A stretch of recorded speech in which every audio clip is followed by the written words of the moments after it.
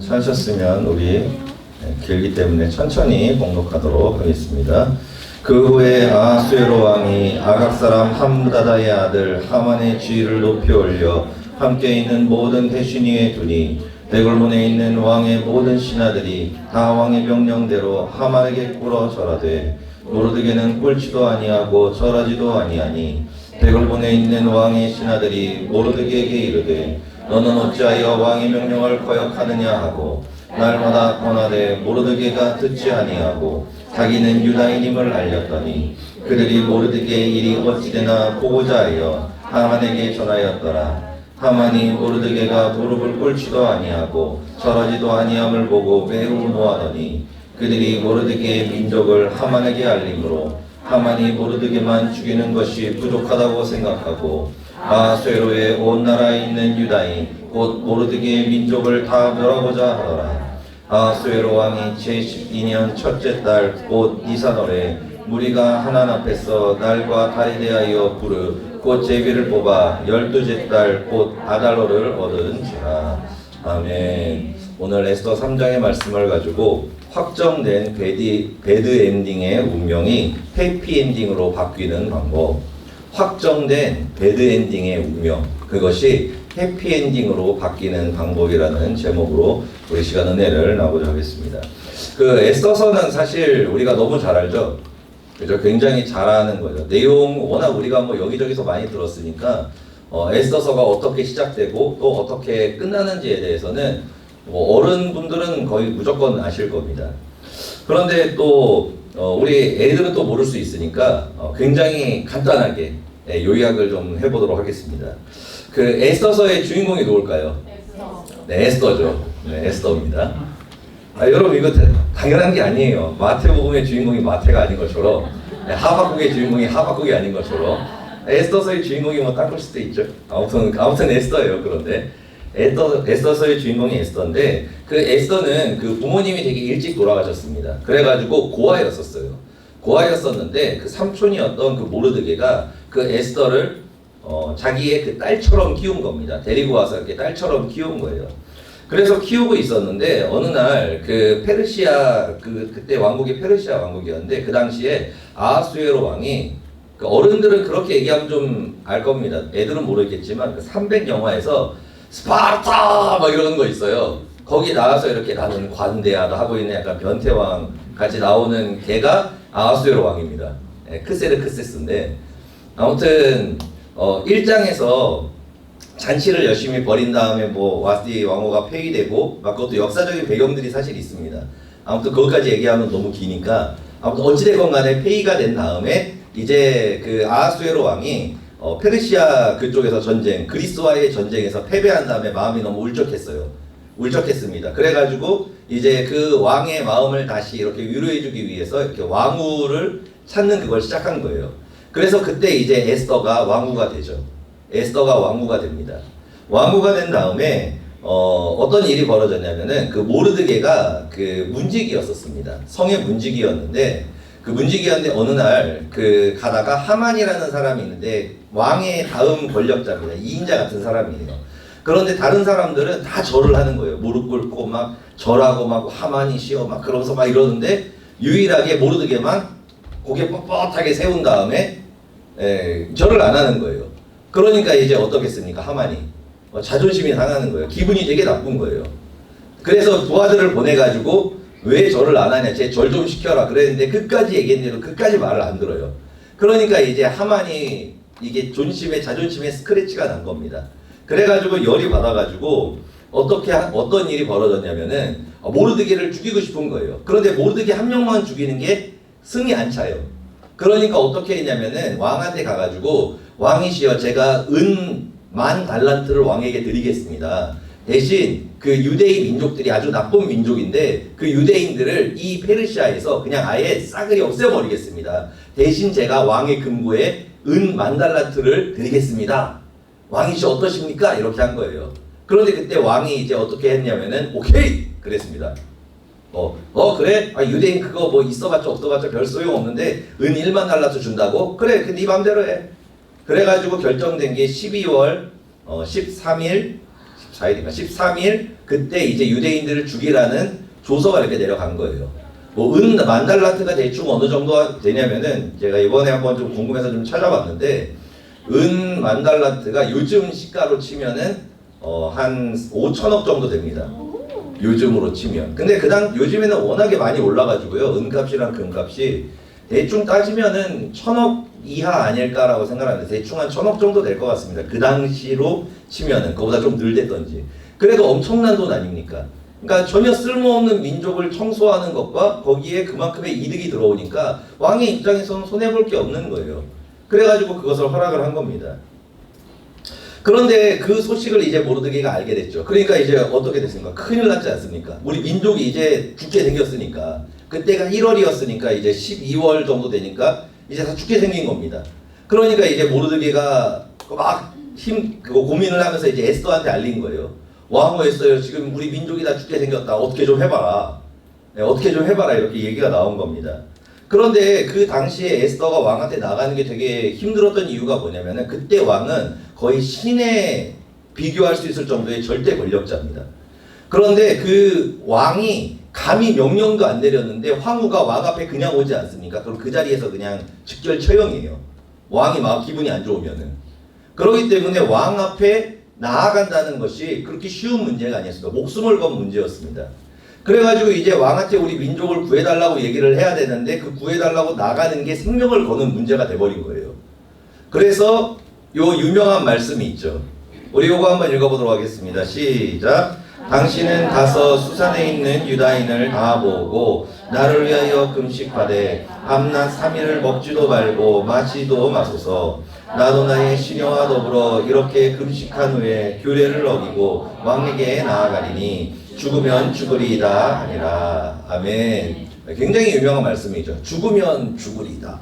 그러고 나서 이제 3일 금식을 한 다음에 이제 왕한테 딱 나아갔습니다. 그런데 이제 왕이 갑자기 막 기도를 많이 해서 그런지 마음이 막 움직여가지고 에스더여, 당신이 원하면은 나라의 절반이라도 주겠다 막 그러면서 막 일이 진행이 됩니다. 진행이 돼서 결국에는 궁금한 사람은 에스더 읽어보고요. 그 다음에 이제 하만은 결국에는 죽습니다. 하만이 죽고 유대인은 이제 살고 그러면서 해피엔딩 하면서 끝나는 게 에스더서의 내용이에요. 에스더서. 그런데 뭐 이 스토리를 얘기하고 싶은 건 아니고요. 그거는 대충 읽으면은 에스더서는 마치 소설책처럼 그냥 쭉 진행이 됩니다. 보면은 내용 자체가. 그런데 에스더서를 딱 보면 진짜 한편의 그 소설책과 어떻게 보면 드라마 같아요. 왜냐하면은 우리가 드라마라는 게 그러지 않습니까? 영화도 그렇고 소설책도 그렇고 기승전결 안 치지 않습니까? 그러니까 맨 처음에 시작해서 배경이 나온 다음에 이제 위기가 나타나요. 위기가 나타난 다음에 이제 그 위기가 막 고조된 다음에 이제 마지막에 어떤 일이 벌어져요? 갑자기 그게 탁 해결이 되면서 고구마가 사이다가 되면서 이제 엔딩이 쫙 나면서 이제 사람들이 굉장히 그런 걸 좋아합니다. 그러니까 에스더서도 처음에는 그냥 잔잔하게 가다가 큰 위기가 나타나고 그리고 그 위기를 극복하고 그래서 이렇게 해피엔딩으로 변화되는 마치 그냥 소설책 같은 거 아닙니까? 굉장히 어떻게 보면은 자연스러운 소설책이나 드라마가 같죠. 그런데 이것이 만약에 실제 사건으로 벌어진다면 여러분 어떨까요? 여러분 우리가 드라마다 소설책이다라고 얘기하는 이유가 뭡니까? 비현실적이라는 거예요. 비현실적이라는 거. 현실적으로 여러분 에스더서가 현실적으로 딱 나타나지 않습니까? 그럼 굉장히 심각한 문제입니다. 왜냐하면은 김정은 같은 존재예요. 어떻게 보면은 권력자가 그 정도의 권력자예요. 누구도 어떻게 할 수 없는 독보적인 독재자 같은 겁니다. 왕이라는 것이. 그런데 그런 절대적인 권력자가 이렇게 있는데 그 권력자가 이 민족 죽여버리겠다라고 결정을 내린 겁니다. 결정을 내린 거예요. 그럼 여러분 이거 어떻게 막을 겁니까? 모르드게의 직책이 뭐예요? 그냥 문직이에요. 아무것도 아니에요. 그냥 병사 1. 병사 뭐 ABC 하면 뭐 A, 배경의 일부 약간 이런 사람입니다. 아무런 가치가 없는 사람이에요. 힘도 없고요. 배경도 없고요. 권력도 없고요. 아무것도 없는 그냥 엑스트라 중에 한 명일 뿐이에요. 그런데 그 사람 그 민족을 이제 싹 죽여버리겠다고 딱 얘기했을 때 한 나라의 권력자가 그거를 막는 방법이 있습니까? 방법이 없다는 거예요. 방법이 없습니다. 여러분 그러니까 이 모르드게 유대인들은 사실 실질적으로 따지면은 이 사람들의 미래는 결정이 된 거예요. 12월 13일 날 이 민족은 멸망하는 것으로 결정이 난 겁니다. 이것을 바꿀 수 있는 방법은 없어요. 우리가 뭐 에스더가 뭐 와구가 있지 않습니까? 그런데 여러분 현실적으로 이게 가능한 일입니까? 내가 아는 고아가 있었는데 그 고아를 딸로 버렸는데 너무너무 이뻐가지고 걔가 이제 왕후가 돼가지고 여러분 이게 비현실적인 상황 아닙니까 사실. 그러니까 우리가 그냥 현실적으로 냉정하게 내 삶을 딱 비교하면서 그냥 놨을 때 이 사건 모르드게가 그 권력자한테 미움을 받아가지고 당하게 되는 그 사건은 우리가 어떻게 해결할 수 있는 상황이 아닙니다. 우리가 아무리 노력하고 우리가 아무리 최선을 다하고 우리가 5만 가지 방법을 써도 이 운명은 벗어날 수 없어요. 왜냐하면 이미 결정된 거거든요. 그렇기 때문에 우리의 삶이라는 게 그래요. 수많은 사람들이 마음이 낙심되고 우울증이 걸리고 죽는 이유가 뭐냐면은 방법이 없기 때문에 그래요. 여러분 우리가 고난을 당합니다. 굉장히 어려운 고난을 당해요. 그런데 그 고난을 당하는데 뭐가 확정이 돼 있냐면은 10년 후에 빌 게이츠가 나한테 10조 원을 주기로 결정이 돼 있어요. 법적으로. 예를 드는 거예요. 예를 드는 거예요. 그러면은 여러분 어떤 삶의 고난이 있더라도 여러분 자살하시겠습니까? 아니요. 아니면 절망하고 죽겠습니까? 누가 막 핍박을 하는데 여러분 죽어, 나 이제 더 이상 살 가치가 없어. 그러면서 막 우울증에 빠지겠습니까? 그날을 기다리겠죠. 이렇게 칼을 갈면서 그날을 기다리겠죠. 그러니까 그런 것이 결국에는 뭐냐면은 우리가 그 미래에 어떤 좋은 것이 결정돼 있다면은 우리가 소망이 있지만 내가 아무리 노력을 해도 아무리 해도 현실적으로 그것이 불가능하고 벽에 부딪혔을 때 사람은 절망하게 된다는 것입니다. 그래서 우울증도 걸리고 그래서 많은 요즘에 청소년들이 자살률도 어마어마하게 올라갔죠. 어마어마하게 올라갔습니다. 그 이유가 뭐냐면은 주변의 환경을 보고 나 자신을 봐도 방법이 없는 거예요. 내가 지금 가지고 있는 환경, 우리가 뭐 금수저, 은수저, 막 흙수저 막 이런 얘기 하지 않습니까? 이게 수저론이 어디서부터 나온 겁니까? 굉장히 비관적인 현실에서 나온 거예요. 내가 아무리 노력을 해봤자 이 현실을 벗어나기 힘들다. 왜냐하면 나는 태생이 흙수저니까. 나는 태생이 그러니까. 나는 재능이 흙수저니까. 나는 가지고 있는 환경이 흙수저니까. 그러니까 내가 생각하기에 그 문제를 해결할 수가 없고 그리고 그것을 극복할 수 없을 때 그리고 그것을 극복할 수 없는 것이 확정된 환경을 우리가 봤을 때 그때 우리 안에는 절망이 들어옵니다. 그때 우리 안에는 낙심이 들어오고요. 그때 우리 안에는 죽음이 들어온다는 거예요. 그래서 많은 사람들이 운명을 벗어나려고 굉장히 많이 노력을 하죠. 많이 노력을 합니다. 그런데 현실적으로 그걸 벗어날 수 있는 방법이 요즘에 너무 없는 거예요. 그래서 개천에서 용인하는 것은 이제 과거의 일이다. 개천에서는 더 이상 용인하지 않는다. 뭐 이런 얘기를 하지 않습니까? 그런데 그래서 사람들이 그 현실을 벗어나려고 유행한 것이 있죠. 한동안 청년들한테 엄청나게 유행한 거. 비트코인이죠. 비트코인입니다. 왜냐하면은 내가 아무리 열심히 일을 하고 내가 아무리 최선을 다해도 서울에서 집 하나 살려면은 한 60년, 70년을 일을 해도 그 집을 살 수가 없는 게 확정이 돼버린 거예요. 그러니까 더 이상 이 현실을 벗어날 수 있는 방법이 없고 뭐 대학 가고 뭐하고 하면 대출 받고 그러니까 그 대출금 갖고 막 그러니까 이제 앞이 보이지를 않으니까 그거를 벗어날 수 있는 방법이 뭘까 고민하다가 비트코인이 보이니까 이제 뭐예요? 지르는 거예요. 그러고 나서 어마어마한 청년들과 어마어마한 사람들이 망했습니다. 네. 주식 때문에 어마어마하게 잃어버렸죠. 사람들 돈. 극소수의 사람들만 벌고 대다수의 사람들이 모든 것이 파괴가 됐습니다. 여러분 왜 이럴까요? 운명을 거스르고 싶었던 거예요. 내가 살아왔던 그 삶들, 내가 가지고 있는 재능들, 그 모든 것들을 거스르고 싶었던 거예요. 왜냐하면은 내가 생각하기에 이미 내 인생의 배드엔딩은 확정이 되었거든요. 내가 아무리 노력을 해도 이 이상의 것이 없는 거예요. 기적이 일어나지 않는 이상. 근데 그 기적조차도 주어지지가 않아요. 그러니까 어떻게 되겠습니까? 죽는 거예요. 사람들이. 죽게 되는 겁니다. 여러분 그런데 오늘 에스더서를 이렇게 우리가 보다 보면은 느낄 수 있는 것이 무엇이냐면은 우리의 그 확정된 12월 13일 날 죽게 된다라는 그 확정이지 않습니까? 배드엔딩의 확정이에요. 너의 인생이 아무리 노력을 해도 너의 인생은 이미 환경적으로 보고 다 계산해 봤을 때 답이 없다는 것이 결정된 상황입니다. 벗어날 수 있는 방법은 없어요. 그런데 이 에스더서를 통해서 우리가 알 수 있는 것이 무엇이냐면은 아무리 결정된 운명조차도 벗어날 수 없는 환경조차도 그것이 바뀐다는 거예요. 그러니까 이 에스더서에 보면은 12월 13일이라는 그날은 죽음의 날입니다. 죽음이 결정된 날이에요. 그날만 그냥 기다리고 있을 뿐이에요. 그런데 거기에 누가 개입하셨어요? 하나님이 개입하신 거예요. 그러니까 그 죽음의 12월 13일이 뒤에 가면은 어떻게 되는지 아십니까? 축복의 12월 13일로 변화됩니다. 모두가 죽고 더 이상 소망이 없고 모든 것이 끝날 수밖에 없는 그 12월 13일이 그 후에는 이제 생명의 날이 되고요. 막 불임절이라 막 그러면서 소망의 날이 되고요. 그리고 축복의 날로 완전히 바뀌어 버립니다. 여러분, 어떤 우리의 삶도 어떤 현실도 누가 개입하면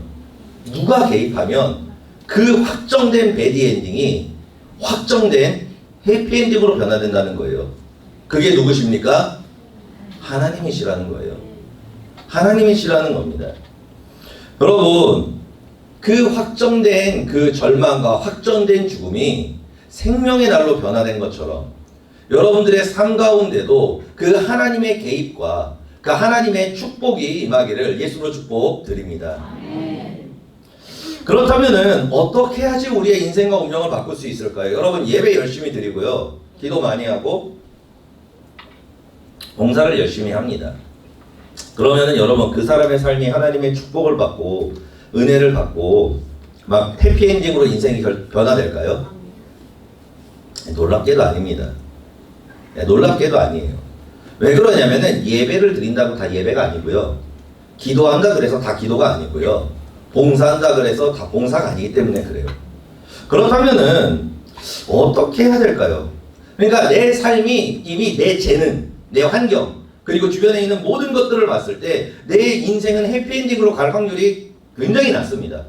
왜 그러냐면은 우리가 있지 않습니까? 사람이라는 거는 한번 상처받지 않습니까? 마음이 무너지지 않습니까? 그럼 회복이 안 됩니다. 사람이라는 존재 자체가 그래요. 마음이 깨지고 마음이 부서지잖아요. 그래서 뭔가 PTSD가 마음에 딱 걸려버리잖아요. 그러면 그 다음부터 그 사람은 치유가 안 돼요. 여러분, 치유가 안 됩니다. 그 사람은. 뭐 정신과 가서 약 타먹고 그러면 좀 완화는 돼요. 그런데 환경이 좀 평안하게 보장이 됐을 때 그게 그래도 마음을 지킬 수 있는 거지, 다시 문제가 생기지 않습니까? 그러면은 한 번 마음이 깨진 사람은 완전 착살이 나버립니다. 그래서 죽는 거예요. 사람이 마지막에 상처받다가 결국에는. 그런데 이런 사람, 그러니까 내가 상처를 덜 받고 살아가면 모르죠. 근데 상처가 많아요. 고난이 많았습니다. 그럼 여러분, 그 사람은 어떻게 합니까? 그 사람은 어떻게 인생을 바꿀 수 있을까요? 그래서 에스더서가 굉장히 인상적인 것이 무엇이냐면은 어떻게 하면 우리의 인생과 운명을 바꿀 수 있을까에 대해서 이 모르드게와 에스더라는 사람을 통해서 하나님께서 가르쳐 주기 때문입니다. 자, 그러면은 어떻게 했을 때 우리의 인생이 바뀔 수 있을까요? 내가 뭐 상처를 많이 받았다, 내가 재능이 없다, 막 능력이 없다, 막 아니면은 내가 인싸도 아니고 아싸라 가지고 사람들 이렇게 대하지도 잘 못한다, 말도 잘 못한다, 뭐 여러 가지 문제들이 있지 않습니까? 그런데 이런 상황에서 우리가 어떻게 해피엔딩으로 우리의 인생을 바꾸게 하는가, 하나님의 역사를 체험할 수 있을까요? 그 방법에 대해서 먼저 첫 번째가 뭐냐면은 우리 한번 읽어보도록 하겠습니다. 시작. 넉넉하게 베풀고 섬겨야 한다. 아멘. 여러분, 갑자기 희한하죠? 갑자기 막 인생을 바꿔야 되는데 갑자기 막 뭐 넉넉하게 베풀고 섬기면 됩니다. 이유가 다 있습니다. 뭐냐면은 여러분, 왜 우리의 삶이 저주받는지 아십니까? 그리고 우리의 삶이 왜 계속 배드엔딩으로 문제가 계속 생기는지 아십니까? 그 이유가 뭐냐면은 우리 마음에 있는 탐욕과 탐심 때문에 그래요. 그 탐욕은 성경에서 우상 숭배라고 얘기하고 있습니다. 탐욕이 그 마음 가운데 있으면은 예수를 주인으로 모시지를 못해요. 예수를 주인으로 모시지를 못합니다. 그리고 그 안에 있는 탐심, 욕심이라 그러죠. 그 탐심이 그 안에 있지 않습니까? 그러면은 그 욕심이라는 것은 장성하여서 죄를 낳고 장성하여서 사망을 낳게 됩니다. 그렇기 때문에 우리가 아무리 예배를 열심히 드리고 아무리 말씀 훈련을 잘 받고 아무리 기도를 많이 하고 봉사에 내 인생을 투자하고 하나님께 모든 것을 올인을 하더라도 그 마음 가운데 탐욕과 탐심이라는 것이 제거가 안 되지 않습니까? 그러면 어느 순간에 나도 모르는 사이에 그 길이 배드엔딩으로 꺾여버린다는 거예요. 심지어는 내가 열심히 해서 받은 그 축복이 나를 저주의 길로 인도한다는 겁니다. 저주의 길로 인도한다는 거예요. 여러분, 우리가 탐욕과 탐심이라는 것을 마음에서 제거하지 않는 이상은 우리의 인생은 절대로 해피엔딩으로 갈 수가 없습니다. 왜냐하면 그 탐욕과 탐심 자체가 이미 예수를 내 안에 주인으로 못 모시게 만들고, 그리고 내 삶의 사망을 불러일으키는 가장 큰 요소이기 때문에 그래요. 육신의 정욕, 안목의 정욕, 이생의 자랑으로 마음이 끌리게 하고 거기에 유혹당하게 하고 하나님의 자리에 올라가게 하려는 가장 핵심적인 게 탐욕과 탐심이기 때문입니다. 그렇기 때문에 우리가 이 탐욕과 탐심을 제거했을 때 우리의 인생이 어느 방향으로 가요? 해피엔딩의 방향으로 돌아가기 시작한다는 것입니다. 그것을 제거하는 만큼이요. 하나님께서는 있지 않습니까? 여러분, 인색한 자에게는 축복을 주시지 않습니다. 왜 그러냐면은 인색한 자에게 축복을 주는 순간 그것은 죄와 사망으로 이끄는 저주의 길이 되어버리기 때문입니다. 우리가 아브라함의 10단계가 그거 아닙니까? 하나님의 자리에서 내려오는 방법. 그래서 하나님이 주인이 되시면서 내 삶에 이끌어 가시는 그것, 그리고 우리의 모든 복을 회복하는 방법이 아브라함의 10단계 아닙니까? 거기에서 2단계가 뭐죠? 2단계 양보입니다. 양보예요. 그런데 우리가 하나님이 왜 우리한테 양보하는 훈련을 그렇게 시키실까요? 막 그렇게 얘기하셨죠. 옛날에 이희서 목사님께서 손이 막 부들부들 떨리는 거예요. 막 남한테 이렇게 주는데 막 이렇게 떨리면서 막 이렇게 주는 거예요. 여러분, 왜 이렇게 떨리면서 그것을 주는 훈련을 왜 시킨 걸까요, 도대체? 예? 여러분, 뭐 혈액순환 잘 되라고요? 막 이렇게 덜덜덜 하니까 쓸데없는 얘기긴 한데 이렇게 다리 막 떨잖아요. 이게 혈액순환이 좋답니다. 복 나간다 떨지 마라 막 그러는데, 아무튼 정신 사나워가지고 떨지는 않는 건 좋지만 헛소리고요. 이거는 저는 뉴스에서 그렇게 나오더라고요, 보니까. 예. 아무튼 그런데 여러분, 왜 손이 부들부들 떨릴까요? 그거 생각해 본 적 있습니까? 남한테 귀한 거를 주려고 그러는데 막 손이 막 부들부들 떨리는 거예요. 여러분, 왜 떨릴까요? 아까워서.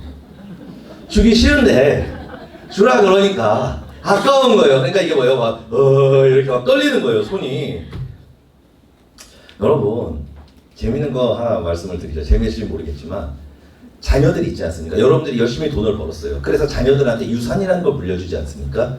뭐 적으신 분은 그 아주 깨끗한 그 아름다운 흰 것을 넘겨주기도 하지만, 어떤 분들은 뭐 좋은 집을 물려주시기도 하고, 아니면은 막 그럽니다. 많이 물려주시는 분들은 뭐 몇 천만 원, 막 억대까지, 몇십억까지도 이렇게 물려주는 경우가 있죠. 그죠? 여러분, 자녀한테 유산을 물려줄 때 여러분 아까울 것 같습니까? 안 아까우실 것 같습니까? 어른분들, 머릿속에서 한번 생각을 해보세요. 내가 여태까지 삶을 해서 모든 벌었던 돈을 자녀한테 유산으로 물려주는 거예요. 그러면은 막 물려줄 때 내가 열심히 벌었는데 니한테 내 돈을 줘야 되다니 막 이러시겠습니까? 안 그럴 거 아닙니까? 어떻게 하면은 상속세를 덜 낼 수 있을까? 더 많이 자녀한테 물려줄 수 있을까? 뭐 이런 생각을 하시겠죠. 그렇지 않습니까? 그런데 자녀한테 물려주는 건 아깝지가 않아요. 더 많이 물려주고 싶습니다. 그런데 가족을 위해 쓰는 거 말고요. 나를 위해 쓰는 거 말고요. 남에게 섬길 때, 그리고 하나님의 나라를 위해 여러분들의 물질을 드릴 때 여러분 어떠시냐는 거예요. 내가 자녀한테 1억을 물려주는 거는 아깝지 않아요. 더 물려주고 싶어요. 그런데 여러분, 하나님한테 1억을 드린다면 여러분 어떤 마음이 드십니까? 내 자녀한테 10억을 물려주는 건 아깝지 않아요. 그런데 여러분들 그 10억을 하나님께 다 드린다면 여러분 어떤 마음이 드십니까? 내가 누군가를 섬길 때, 그리고 하나님께 내 인생과 내 모든 물질을 드릴 때 내 마음에서 주님 받아주십시오 이런다면 내 안에 탐욕과 탐심이 주인되어 있는 겁니다. 그것이 제거가 안 된 거예요. 그렇기 때문에 하나님께서 왜 우리한테 그렇게 양보를 하라 그러냐, 귀한 것을 주라 그러냐, 그 이유가 뭐냐면 그것을 제거하기 위한 훈련이에요. 내가 남에게 섬길 때 한 5만 원을 섬겨요. 그런데 그게 아니라 10만 원은 좀 아까워요. 그런데 10만 원을 섬기는 거예요. 왜? 주는데 내 마음이 부들부들 떨리지 않는, 그리고 그 양보의 훈련을 하나님께서 시키시는 거예요. 시키시는 겁니다. 여러분, 모르드게라는 사람은 있지 않습니까? 자기가 키울 필요가 없는 사람이에요. 사실 에스더라는 사람은 사촌인데 굳이 내가 왜 키워야 됩니까? 그런데 에스더라는 고아를 나와 별로 상관이 없는데, 안 키워도 되는데, 손해뿐이 없는데, 그런데 그 에스더를 데리고 와서 자기 딸처럼 키웠어요. 사랑으로 키웠고요. 헌신으로 키웠어요. 굳이 그럴 필요가 없는데. 왜 그럴까요? 그 마음 가운데에 베푸는 마음이 있는 거예요. 섬기는 마음이 있는 겁니다. 여러분, 하나님께서 누구를 축복하고 누구를 사용하는지 아십니까? 섬기고 베푸는 자를 사용하십니다. 그 마음이 넓은 사람을 주님께서 사용하십니다. 여러분, 그렇기 때문에 하나님께서는 그 탐욕과 탐심을 제거한 모르드게를 사용하실 수 있었던 거예요. 그를 통해서 민족을 구원할 수 있었던 것입니다. 우리 안에 탐욕과 탐심이 제거가 안 되잖아요. 그럼 어느 순간, 어느 마지막 순간에 우리는 그 탐욕과 탐심으로 인해서 죄의 열매와 사망의 열매를 맺게 됩니다. 그렇기 때문에 하나님께서는 그 훈련을 시키시는 거예요. 훈련을 시키시는 겁니다. 여러분, 많은 주의 종들과 아니면 많은 성도들이 돈 문제로 인해 쓰러지는 이유가 뭔지 아십니까? 인색하기 때문에 그래요. 인색한 겁니다. 인색한 거예요. 그러니까 그 안에 탐욕과 탐심이 가득 차 있는 거예요. 남한테 베풀고 섬기는데 마음이 있고, 그것이 마음 가운데에 기쁨이 있는 것이 아니라 내가 쓰고 나를 위해 쓰고 내가 누리고 거기에, 그리고 남한테 줄 때는 부들부들 떨리고, 그러니까 그 안에 제거되지 않는 탐욕과 탐심이 결국에는 올무가 되는 겁니다. 그렇기 때문에 여러분, 하나님께서는 우리에게 있지 않습니까? 그 탐욕과 탐심을 제거하는 훈련을 시키십니다. 훈련을 시키시는 거예요. 우리가 어떤 남을 섬기는 데 있지 않습니까? 우리가 항상 힘써야 됩니다. 그렇다고 해가지고 유니셀프 막 있고 뭐 있고 그러니까 막 보이는 대로 막 이것도 아니에요. 그것도 문제가 있는 겁니다. 네, 문제가 있는 거예요. 그런데 하나님께서 우리에게 감동을 주시잖아요. 그럼 감동을 주시면은 우리가 하나님께 드릴 수 있어야 된다는 거예요. 우리가 항상 잊고 있는 게 뭐가 있냐면은 육신의 정욕 첫 번째가 뭡니까? 가인이 성을 쌓아서 자녀에게 물려줬습니다. 여러분, 이게 원죄 중에 하나입니다. 내가 너무나 당연하게 내 모든 재산과 내 모든 물질을 자녀한테 물려주는 것이 기쁨. 그래서 내 자녀를 그 아름다운 성에서 살게 하는 것이 우리가 가지고 있는 본능인데, 그것을 성경은 죄성이라고 얘기하는 거예요.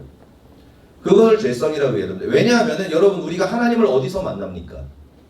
그 아름다운 성 안에서 우리가 하나님을 만났습니까? 광야에서 만났죠. 하나님을 의지하지 않고는 견딜 수 없는, 하나님을 의지하지 않고는 살 수 없는 그 절망적인 광야 가운데서 우리가 주님을 만납니다. 그런데 많은 사람들이 있지 않습니까? 그 물질을 가지고 자녀들에게 헌신하고 자녀들에게 그것을 퍼주면서 내 자녀를 성 안에 가두어 버려요. 그 아름다운 성에 가두어 버립니다. 그러면은 결국에는 어떻게 됩니까? 자녀가 하나님을 만나지 못해요. 우리가 기도원도 그런 거 아닙니까? 기도원도 하나님께 크게 쓰임받은 다음에 엄청난 축복을 받았습니다. 그런데 기도원이 축복받아가지고 맨 처음에 한 일이 무엇입니까? 복 받았으니까 이제 그거 가지고 명품 에봇을 만들었어요. 요즘으로 따지면 엄청나게 비싼 명품 옷이죠. 막 수천만 원짜리 옷입니다. 왜냐면 돈이 너무 많았으니까. 그리고 나가지고 그 막 축복 주시는 그 물질을 가지고 자녀들한테 집들을 막 좋은 집, 좋은 성들을 막 물려준 거예요. 70명의 자녀들한테. 그러면 그 70명의 자녀들은 어땠어요? 너무너무 잘 살았죠. 풍족하게 좋은 집, 좋은 차, 막 부족함 없이 그 아버지의 축복을 막 이어받아서 막 잘 살았습니다. 예배도 잘 드리고요. 그런데 아버지가 딱 돌아가셨어요. 기도원이 딱 죽었어요. 그 다음에 어떤 일이 벌어졌습니까? 재산 싸움이 일어났어요. 아버지가 죽는 순간 재산 싸움이 일어났습니다. 그래서 70명 중에 69명이 죽었어요. 재산 싸움을 해가지고. 여러분, 우리가 있지 않습니까? 부모가 그 안에 있는 그 탐욕과 탐심, 하나님께 드리는데 그 아까운 그 마음이 없어지지 않고 자녀에게 그 아름다운 성을 계속 물려주려고 그러잖아요. 그러면은 지금은 괜찮아 보일 수 있지만 그 부모가 죽은 다음에 형제들끼리 재산 싸움이 일어납니다. 왜요? 그 탐욕과 탐심이 그 가문에서 제거가 안 됐거든요. 예전에 그 구티비 그 사옥에 대해서 여러분 들어본 적 있었죠? 저번에 간증을 했죠. 구티비 사옥인데 그게 몇 천억 정도 됩니다. 굉장히 비싼 거예요. 그런데 그 구티비 사옥을 기증을 했지 않습니까? 그냥 어떤 분이 기증을 했어요. 기증을 했습니다. 그런데 그게 명의가 5명이라 그래요. 5명이라 그러더라고요. 형제 5명한테 명의가 돼 있었어요. 그러면은 그 중에 한 명이라도 나는 안 된다 그러면은 여러분 그거 못 섬기는 거예요. 그런데 그 가족들한테 이 얘기를 한 겁니다. 내가 이번에 하나님께 이 건물을 드리고 싶다. 내가 죽기 전에 하나님께 이 모은 이것을 하나님께 드리고 내가 가고 싶다. 하나님께 내 모든 것을 한번 드리고 싶다. 그렇게 딱 얘기하니까 그 자녀들이 어떻게 했어요?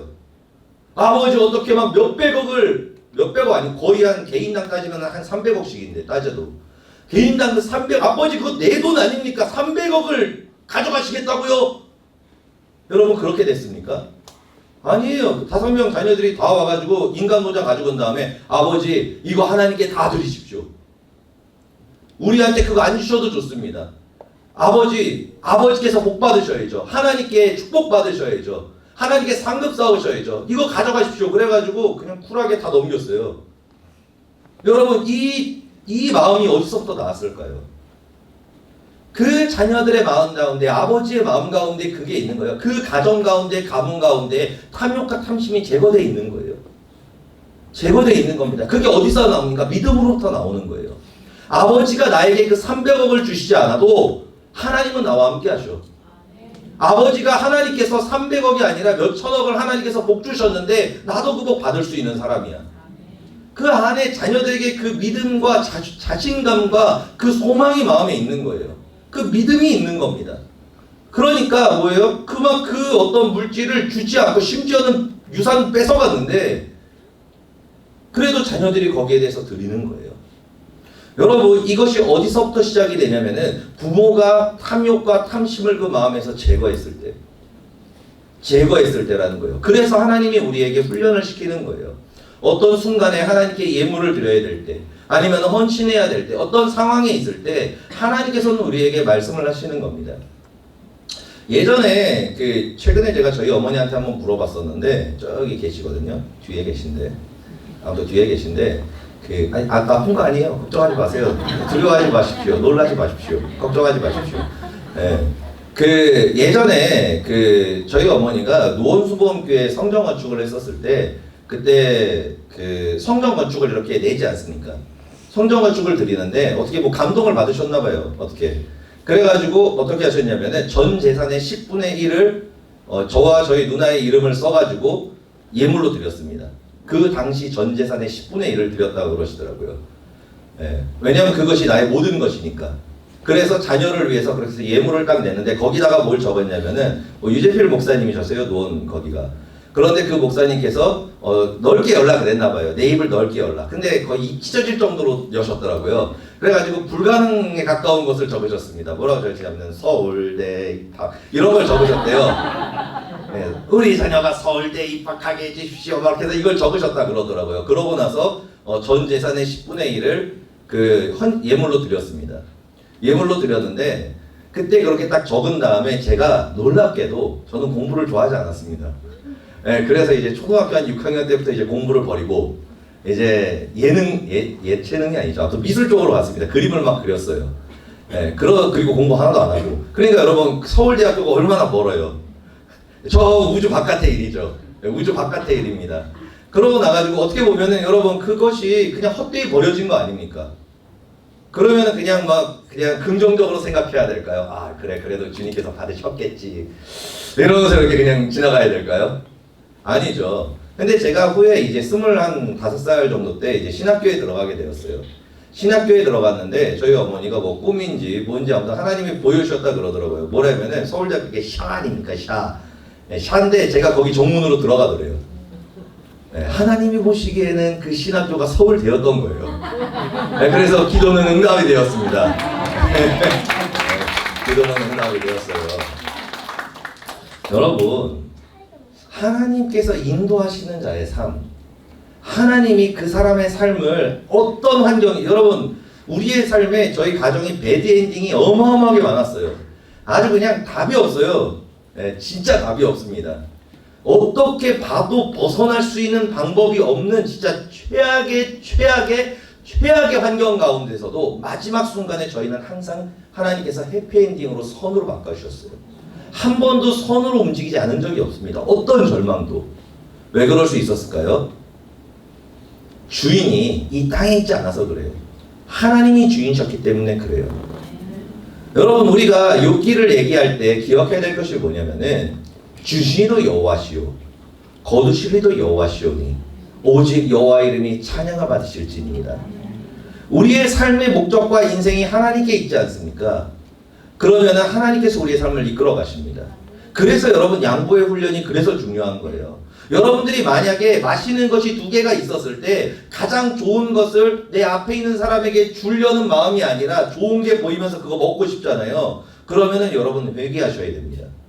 그리고 다시 회개하고 맛있는 거를 앞 사람한테 줄 수 있어야 돼요. 왜냐하면은 그것들이 뭐냐면은 양보의 훈련들이기 때문에 그래요.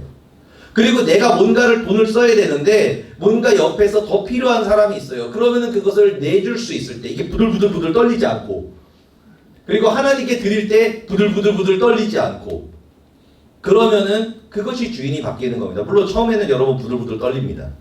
근데 그거 몇 번 하다 보면 안 떨려요, 그다음부터. 왜냐하면 그 마음에 믿음이 뿌리내리기 때문에 그래요. 그렇기 때문에 이 운명이 바뀐 이유, 그 마음에 있는 탐욕과 탐심이 제거됐기 때문에 그래요. 뭘 통해서? 양보의 훈련을 통해서.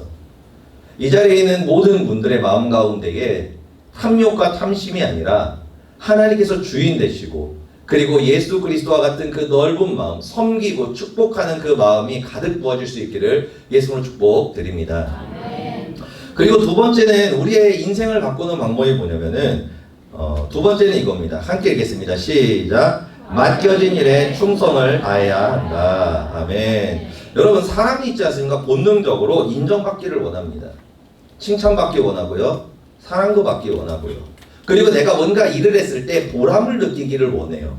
뭔가가 좀 충족되기를 원합니다. 그런데 우리가 어떤 일을 할 때 좋지 않은 말을 듣거나 아니면은 뭔가 좀 이렇게 충족되지 않거나 뭔가 좀 이렇게 좀 미진한 것들이 있지 않습니까? 그러면은 점점 마음이 좀 식어져요. 그러니까 뭐 내가 열심히 일을 했는데 월급이 적거나 보너스가 덜 나왔거나 그럼 이제 마음이 어려워지는 거죠. 그래서 알바하는 사람들이 제일 좋아하는 때가 언제인지 아십니까? 알바하는 사람들이 손님 없을 때. 손님 없을 때 제일 좋죠. 손님이 없으면 일이 없잖아요. 손님이 많아요. 그럼 어때요? 힘들어요. 힘듭니다. 왜냐하면 있던 없던 어차피 똑같이 버는 건데. 그런데 손님이 많으면 인센티브를 줘요. 그럼 어때요? 기분이 좋아요. 많이 오면. 네. 왜냐하면 사람이 그 대가 같은 것을 원하면서 그것이 원동력이 되기 때문입니다. 그런데 하나님께서는 뭐라고 얘기하시냐면은 너에게 주어진 일이 있다면은 네가 가지고 있는 성취감이나 아니면은 여러 가지 이득이나 그것이 아니라 하나님께서 맡기신 모든 일에 성실하고 충성하라고 얘기하신다는 거예요. 여러분, 군사라는 것이 무엇입니까? 군사. 내가 하고 싶은 것을 하는 사람이 아니에요. 하라는 것을 하는 사람입니다. 하라는 것을 하는 사람이 바로 군사예요.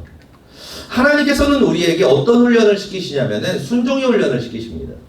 순종의 훈련을 시키시죠. 왜 순종의 훈련을 시키시냐면은 우리의 인생이 배드엔딩으로 확정이 돼 있잖아요. 그죠? 그럼 여러분, 이 배드엔딩을 해피엔딩으로 바꾸려면 어떤 일이 벌어져야 되겠습니까?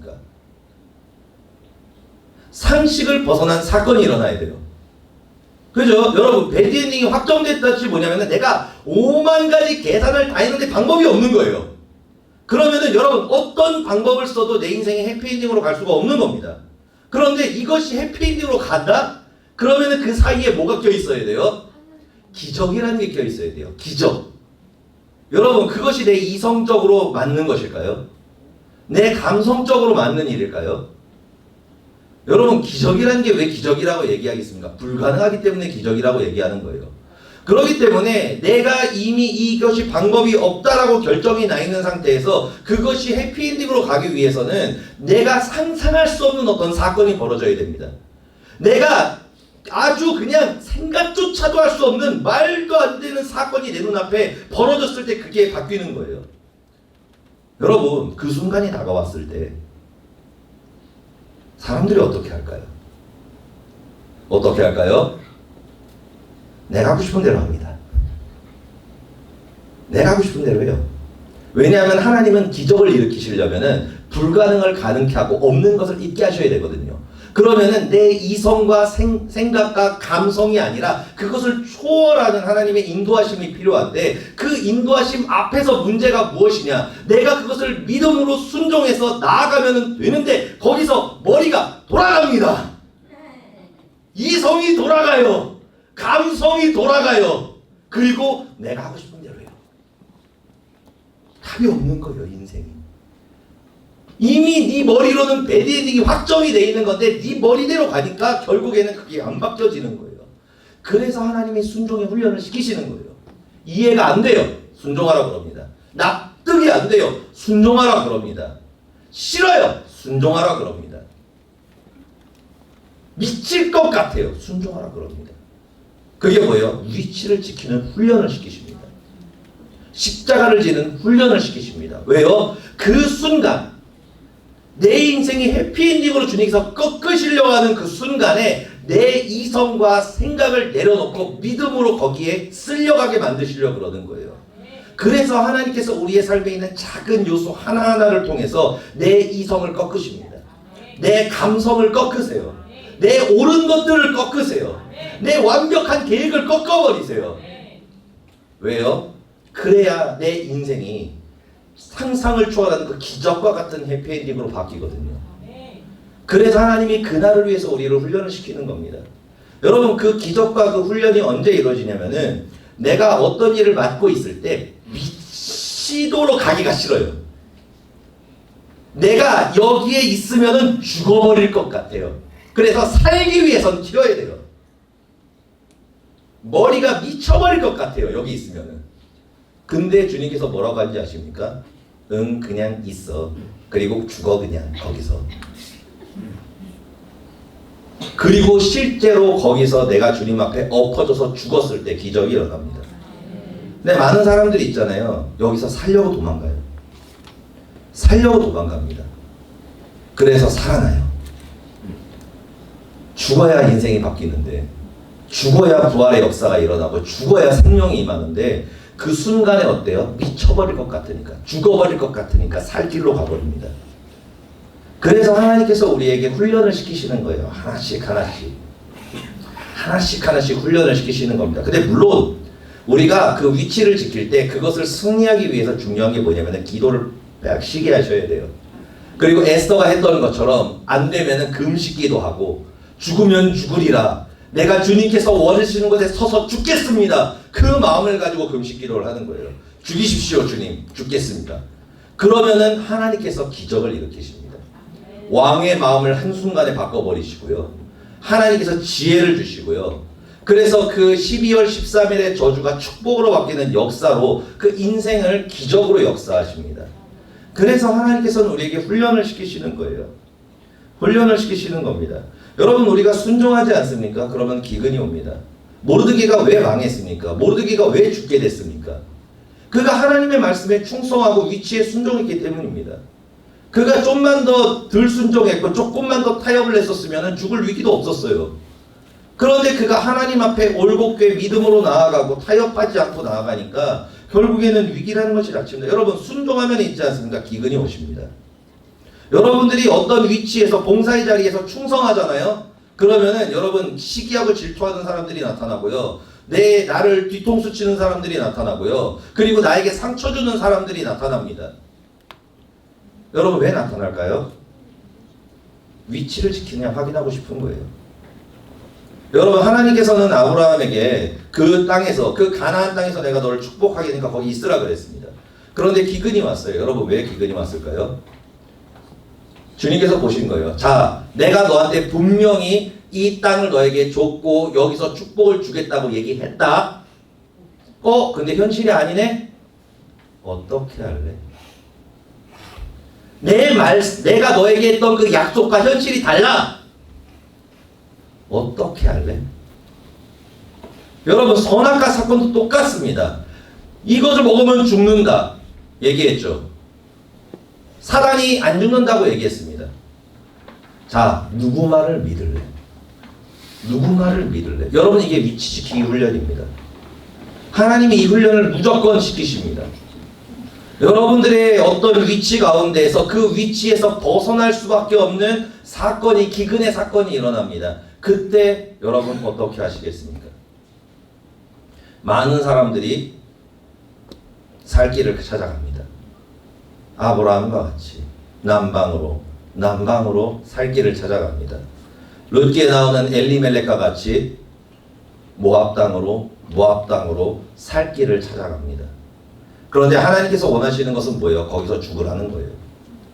왜? 내가 너를 죽지 않게 하겠다고 이미 약속했기 때문이기 때문에. 그래서 그 약속을 믿으라는 거예요. 믿고 그 자리에 있으라는 거예요. 그러면 내가 너에게 약속한 대로 널 살리겠다는 거예요. 현실을 믿겠느냐, 내 말씀을 믿겠느냐. 현실을 믿겠느냐, 네 감정과 네 감성을 믿겠느냐, 아니면은 내 말씀을 믿겠느냐, 내 약속을 믿겠느냐. 그것이 바로 주권의 훈련입니다. 여러분, 모르드게가 열심히 이제 충성하며 나아갔습니다. 그런데 그 과정 가운데에서 왕의 암살을 막은 사건이 있어요. 그럼 여러분 엄청나게 칭찬받고 인정받고 막 직위가 올라가야 되잖아요. 근데 여러분 놀라운 일이 벌어졌습니다. 다 잊어버렸어요. 딴 사람이 다 모든 그거 다 가로채고 그 다음에 모르드게는 그냥 내버려졌습니다. 그냥 없는 일이 돼버렸어요. 그럼 여러분 얼마나 마음이 꺾일까요? 내가 회사에서 엄청 열심히 일했어요. 그래가지고 모든 프로젝트를 다 성공했는데 바로 위에 있는 상사가 그거를 그냥 다 채갔어요. 여러분 그 다음에 똑같은 프로젝트가 있을 때 하고 싶을까요? 빨리 이직을 알아보겠죠. 그런데 그냥 위치를 지키는 거예요. 그래도 위치를 지키는 거예요. 그러고 뭐예요? 하나님 앞에서 그냥 하는 거예요. 나에게 이득이 되지 않더라도, 나에게 좋은 것이 없더라도 하나님 앞에서 하는 거예요. 그러면 여러분 어떤 일이 벌어지는지 아십니까? 아무 일도 일어나지 않습니다. 더 누가 인정해 주지도 않고요. 심지어는 그렇게 하지 않습니까? 그러면은 하만이 나타나 버려요. 더 나쁜 상사가 나타납니다. 그래서 나를 이 회사에서 이제 쫓아내려고 열심히 노력하는 뭔가가 나타납니다. 내가 이놈을 쫓아버리겠다 그러면서 이제 아주 애를 써요. 이제 애를 씁니다. 그런데 그때도 뭐예요? 내 할 일을 그냥 하는 거예요. 여러분 왜 이래야 될까요? 바보 같죠? 멍청이 같죠? 여러분 왜 이렇게 해야 될까요? 왜 이렇게 해야 될까요? 하나님은 있지 않습니까? 우리가 했던 모든 선들, 모든 하나님께서 충성들, 그 열매를 언제 주시는지 아십니까? 내 인생의 가장 위기일 때 베풀어 주십니다. 내 인생의 그 배드엔딩으로 가는 그 마지막 키가 돌아가는 순간에 하나님께서는 내가 지금까지 했던 모든 헌신을 그날 기억하셔서 역사를 하십니다. 모르드게가 했던 그 모든 충성, 알아주지 않았던 충성이 언제 역사가 일어났습니까? 하만이 모르드게 죽이려고 기둥 세우는 그때 하나님의 기적이 일어났습니다. 여러분 하나님은 그러신 분입니다. 여러분들이 하나님 앞에서 한 헌신들, 하나님 앞에서는 모든 행위들, 여러분 그 1분 1초 다 땅에 떨어지지 않고 다 기억하십니다. 그리고 그것을 언제 베푸시냐? 내 삶의 위기가 왔을 때, 내 삶의 배드엔딩으로 꺾이는 그날, 하나님께서 지금까지 내가 했던 그 모든 것들을 기억하시고 그날 우리의 원수의 목전에서 상을 베푸십니다. 여러분 그렇기 때문에 여러분들에게 주어진 일에 충성하시기를 바랍니다. 그리고 하나님 앞에서 하시기를 바랍니다. 그리고 만약에 여러분들이 어떤 것을 맡았을 때 하만 같은 인간들이 막 나타나고 나를 인정하고 막 그런 것들을 다 빼앗아가는 사람들이 나타나지 않습니까? 그러면은 그게 바로 여러분들에게 지금 주어지는 하나님의 훈련입니다. 네가 인정받지 못해도, 칭찬받지 못해도, 네가 심지어는 모르드게가 하만 같은 인간이 너 앞에 나타나도 너는 위치를 지킬 수 있겠느냐? 그럼에도 불구하고 너는 십자가를 질 수 있겠느냐? 그리고 그 자리에서 죽었을 때 여러분들의 인생이 해피엔딩으로 꺾인다는 거예요. 여러분 위치를 지키고 맡은 일에 충성하는 여러분들 되기를 예수로 축복드립니다. 그리고 마지막으로 세 번째 읽겠습니다. 시작. 감사로 기도해야 한다. 아멘. 그러니까 우리가 앞에서 뭐 베풀고 충성을 막 하고 열심히 위치를 지키는데 여러분 이 마지막 키워드가 완성되지 않는다면 하나님의 축복의 문은 열리지 않습니다. 마지막 여는 문의 이름이 뭐냐면은 열쇠의 이름이 뭐냐면 감사입니다. 마지막 열쇠의 이름이 감사예요. 시편 50편에 이렇게 얘기합니다. 함께 봉독합니다. 감사로 제사를 드리는 자가 나를 영화롭게 하나니 그의 행위를 옳게 하는 자에게 내가 하나님의 구원을 보이리라. 아멘. 감사는 믿음의 완성입니다. 감사는 주권의 완성입니다. 감사는 모든 신앙의 완성입니다. 우리가 신앙이 좋다라고 얘기하죠. 막 기도 많이 하고 헌신 많이 하고 뭐 많이 드리고 막 열심히 하는 사람. 여러분 우리는 그게 신앙이 좋다라고 얘기하죠. 그런데 여러분 그건 신앙이 좋은 게 아닙니다. 진짜 신앙이 좋은 것이 무엇이냐? 감사가 나오는 사람입니다. 주셔도 감사, 거두셔도 감사, 살아도 감사, 죽어도 감사. 왜냐하면 이 감사가 뭐로부터 나오기 때문입니까? 절대적인 신뢰로부터 나오기 때문입니다. 내 삶이 죽어도 나를 살리실 수 있는 분, 없다면은 주셔서 날 사용할 수 있는 분, 바랄 수 없는 중에 바라게 하시는 분, 그분을 신뢰할 때, 그분이 나의 왕이 되고 그분을 내 마음 가운데서 절대적으로 신뢰할 때 우리 입에서 나오는 마지막 열쇠가 그거기 때문에 그래요. 감사합니다. 감사합니다요. 욥기에서 결국에는 나온 게 그거 아닙니까? 욥기에서 자녀 다 죽었죠. 자녀들이 다 죽었습니다. 그리고 또 모든 재산 다 잃고 건강까지 다 잃었어요. 그때 욥이 얘기하는 게 무엇입니까? 내가 알몸에서 태어나서 저 알몸으로 돌아갈지라 나에게 주시도 여호와시오 그것을 거두어 가시도 여호와시오니 오직 여호와 이름이 찬양을 받으실지니이다 하고, 그리고 욥이 그 입술로 범죄하지 아니하였다라고 얘기합니다. 여러분 그 아내는 어떻게 얘기했는지 아십니까? 아내도 하나님을 잘 믿는 사람이었죠. 욥과 같이 잘 섬겼습니다. 그런데 자녀 죽었죠. 그리고 또 모든 재산이 있고 건강까지 잃었죠. 그러니까 아내가 욥한테 한 얘기가 그겁니다. 2장에 보면은 이러고도 너가 하나님을 믿겠느냐? 하나님을 욕하고 죽어라. 이렇게 얘기합니다. 여러분 믿음은 있지 않습니까? 감사입니다. 감사할 때 하나님께서는 우리의 삶에 구원을 베푸십니다. 감사할 때 기적이 일어납니다. 감사할 때 운명이 바뀝니다. 여러분들의 인생이 아무리 최악이고 아무리 어두움 가운데 있고 절망 가운데 있더라도 여러분들의 입에서 이 단어가 나오는 순간 여러분들의 운명과 인생은 완전히 바뀝니다. 그러나 이 단어가 나오지 않잖아요. 그럼 여러분들의 삶은 정해진 대로 배드엔딩으로 갈 겁니다. 우리의 인생을 바꾸는 마지막 키워드가 뭐냐? 감사입니다. 여러분 우리가 완전히 망했어요. 그래도 왜 감사할 수 있을까요? 하나님께서 이걸 통해서 선을 이루어 주실 것임을 믿기 때문입니다. 예전에 저희 집안이 완전히 다 망해가지고 이제 나은 게 생겼거든요. 카드도 다 끊기고. 근데 위기가 한두 번이 아니었는데 여러 번 있는데 그 중에 하나예요. 그 중에 하나인데, 그런데 그때 갑자기 막 이렇게 개발되고 해서 집값이 올라가지고 이제 옮겨야 되는 상황이 됐습니다. 근데 갈 데가 없는 거예요. 그래가지고 이제 그때 제가 저희 어머니 기억할지 모르겠는데 마루에서 막 이렇게 얘기를 했었습니다. 얘기를 했었는데 그때 제가 얘기한 게 뭐냐면 어머니 뭐 나앉으면 걱정하지 마십시오. 우리는 갈 곳이 있습니다. 어디요? 오살리 기도원으로 가면 됩니다. 네, 여러분 어머니 거기서 굶어 죽지 않습니다. 제가 거기서 2년을 사역해 봤는데 이렇게 가가지고 젊은 사람이 가가지고 이게 막 노숙자 같으면 안 돼요. 그런데 젊은 사람이 가가지고 제가 지금 너무 배고파서 그런데 식권 좀 주시면 안 주겠습니다. 그럼 여러분 100% 줍니다. 그리고 5,000원 달라 그래도 줄 거예요. 10,000원 달라 그래도 여러분 줄 겁니다. 왜요? 안 주면 죄 짓는 것 같거든요. 여러분 그래요. 그래가지고 여러분 굶어 죽지 않을 수 있어요. 그리고 나서 이제 일주일 금식하고 이제 주님 앞에 이제 능력봉에서 이게 모기한테 뜯기면서 이제 능력봉에서 막 기도하다가 이제 더 이상 배고파서 안 될 것 같아요. 그럼 내려와가지고 이제 초췌하잖아요. 그러면은 저기 성도님 식권 하나만 좀 어떻게 안 되겠습니까? 그럼 여러분 줍니다. 100% 줘요. 그럼 그거 먹고 한 며칠 힘내고 그 다음에 또 이제 일주일 기도를 하는 거예요. 여러분 그러면 하늘의 문은 100% 열립니다. 기적이 일어납니다. 그래서 제가 그랬어요. 어머니 우리 집안이 이제 대박이 날려나 봅니다. 네. 하나님께서 복 주시려고 그런가 봅니다. 그런데 아쉽게도 하나님이 문제를 해결해 주셔서 기도원에 올라가진 않았습니다. 네. 거부가 될 뻔했었는데 실패했어요. 아쉽습니다. 네.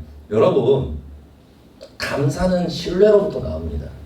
절대적인 신뢰로부터 나와요. 여러분들의 입에서 감사가 나오는 순간 여러분들의 인생은 100% 해피엔딩으로 움직입니다. 그런데 내가 현실을 보고 눈앞의 것을 보고 나를 보고 내 입에서 감사가 아닌 것이 나온다면, 감사가 아닌 건 뭐겠습니까? 원망, 불평, 후회, 두려움, 걱정, 근심. 그러면 여러분들의 인생은 그날 정해진 겁니다. 배드엔딩으로 정해졌습니다. 왜요? 하나님이 개입하지 않으면 이미 내 인생은 배드엔딩으로 가는 것이 확정되어 있거든요. 그것을 바꾸는 방법, 하나님이 개입하시는 유일한 방법, 그것이 감사입니다. 여러분 감사하시기를 바랍니다. 믿어지지 않더라도 먼저 감사하시기를 바랍니다. 그리고 그 믿음을 달라고 기도하시기를 바랍니다. 어떤 환경과 어떤 문제가 와도 내 입술로 범죄하지 아니하고 감사를 고백하며 나아갈 때 하나님께서는 우리의 인생을 100%의 확률로 해피엔딩으로 이끄실 겁니다. 우리 마지막에 요거 읽고 우리 기도하도록 하겠습니다. 함께 읽겠습니다. 시작. 넉넉하게 베풀고 섬겨야 한다. 맡겨진 일에 충성을 다해야 한다. 감사로 기도해야 한다. 다음에 찬양팀 나와주시고요. 우리 이 시간에 감사 찬양 부르면서 부르고 우리 기도하도록 하겠습니다. 여러분들의 인생이 12월 13일 여러분들에게 주어진 그날이 배드엔딩으로 결정되었다면은 그 날이 해피엔딩으로 바뀌는 날이 되었으면 좋겠습니다. 우리 그러기 위해서 우리 시간 마음을 다해서 감사에 찬양하도록 하겠습니다. 우리 기도하는 마음으로 우리 함께 고백합니다.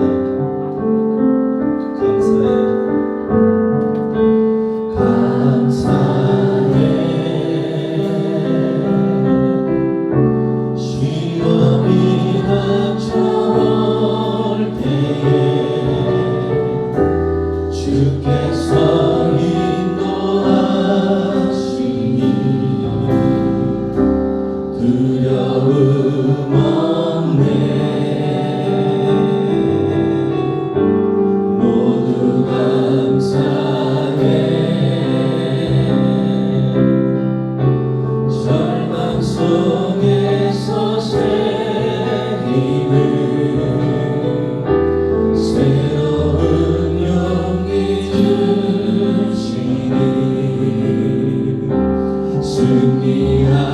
승리하리라. 나의 모든 생활 속에서 주님이 함께하시니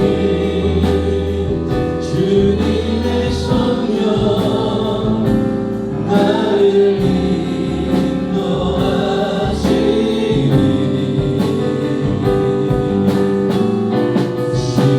시험이 나를 찾아올 때 주님 지켜주시니